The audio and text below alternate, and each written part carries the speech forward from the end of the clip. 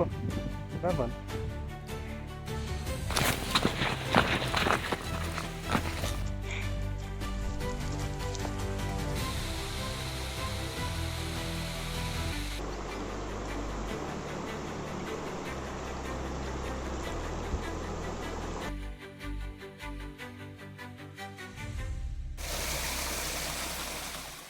Se você tivesse que viver por dias isolados na natureza, carregar tudo o que precisa para sobreviver nas suas costas, apenas você, sua mochila e mais de 115 quilômetros de trilha selvagem pela Chapada Diamantina. Após 11 meses mochilando pelo Brasil, eu e Maria decidimos fazer uma travessia sem guia, confiando apenas em nossa experiência e no trajeto mapeado. Mas atenção, essa não é uma trilha para iniciantes e um guia é altamente recomendado, especialmente na Chapada Diamantina. E essa foi mais do que uma trilha, foi um teste de resistência, foi conexão, foi aprendizado. Se você tem curiosidade sobre como é viver uma experiência assim, acompanhe até o final. Depois de alguns dias em lençóis, estudando roteiros, preparando o corpo e a mente, colocamos as mochilas nas costas.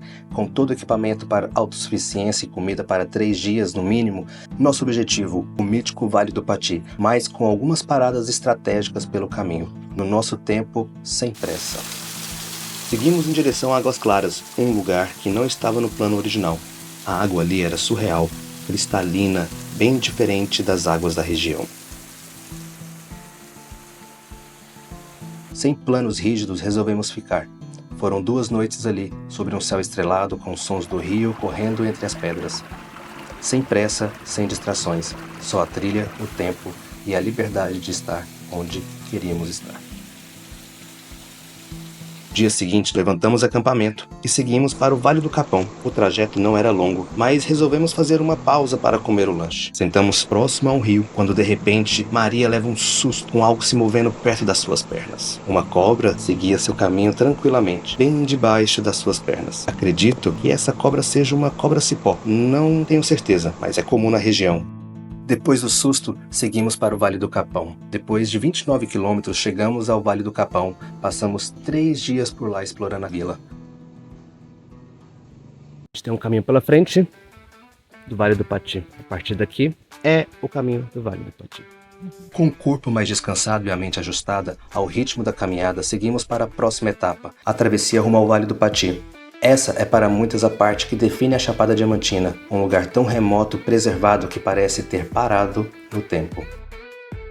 Mas antes de chegar lá, tínhamos um desafio, o trecho que liga o Vale do Capão ao Vale do Pati. Iríamos andar mais de 85 quilômetros nos próximos dias. Sabíamos que o caminho era longo, mas logo que vimos a primeira cachoeira em nosso caminho, não resistimos e passamos uma noite ali, ainda mais com esse nome, Poeira Purificação.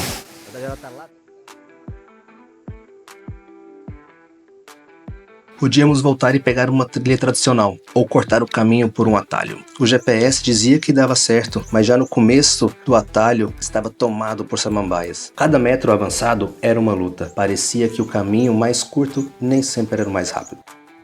O dia tinha mal começado e já estávamos subindo terreno íngreme, cruzando pedras escorregadias e lidando com a famosa quebra-bunda. No calor do cansaço, nenhuma sombra, cada metro exigia mais. Mas pelo menos Maria garantiu: eu não vou quebrar a bunda.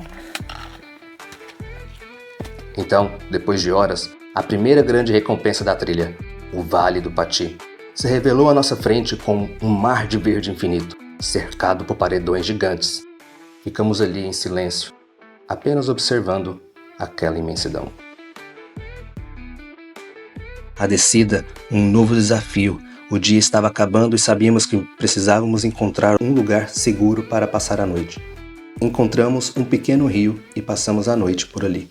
Acordamos no coração da Chapada Diamantina. Seguimos cedo e logo vimos as primeiras casas. Ainda há quem more aqui, no meio da natureza. Deixamos as mochilas escondidas na mata para aproveitar o dia sem peso. Nossa primeira parada foi a Cachoeira das Bananeiras, pequena, rasa, perfeita para passar o tempo.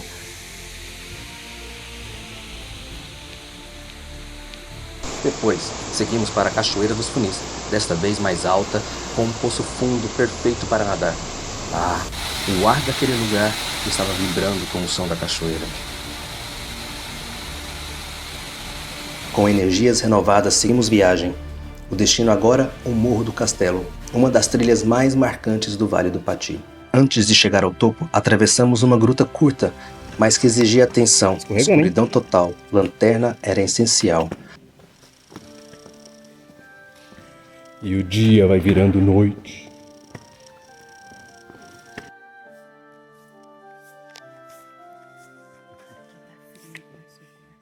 Algumas escalaminhadas aqui e ali, e em poucos minutos já estávamos do outro lado. E ali na saída fomos recebidos por um dos visuais mais impressionantes da Chapada.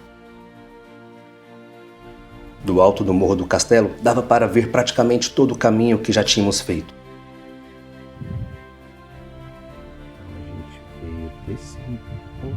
No Vale do Capão, até ali já tínhamos caminhado 35 quilômetros.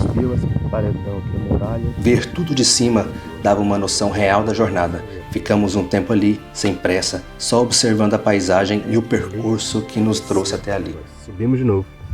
E a vida assim, cheia de altos e baixos.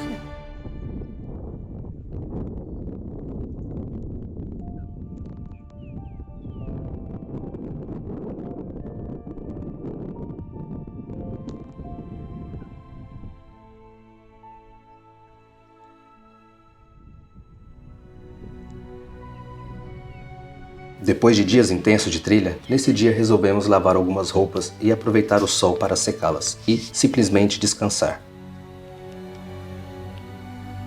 À noite, fomos iluminados com uma lua cheia. Levantamos acampamento e seguimos explorando o vale. Primeira parada foi a Cachoeira do Calixto. Entre os paredões imensos, uma queda d'água perfeita se formava, criando um poço que brilhava com a luz do sol. A água estava absurdamente gelada, mas não consigo resistir. Aliás, já virou um rito. Se tem cachoeira, tem mergulho.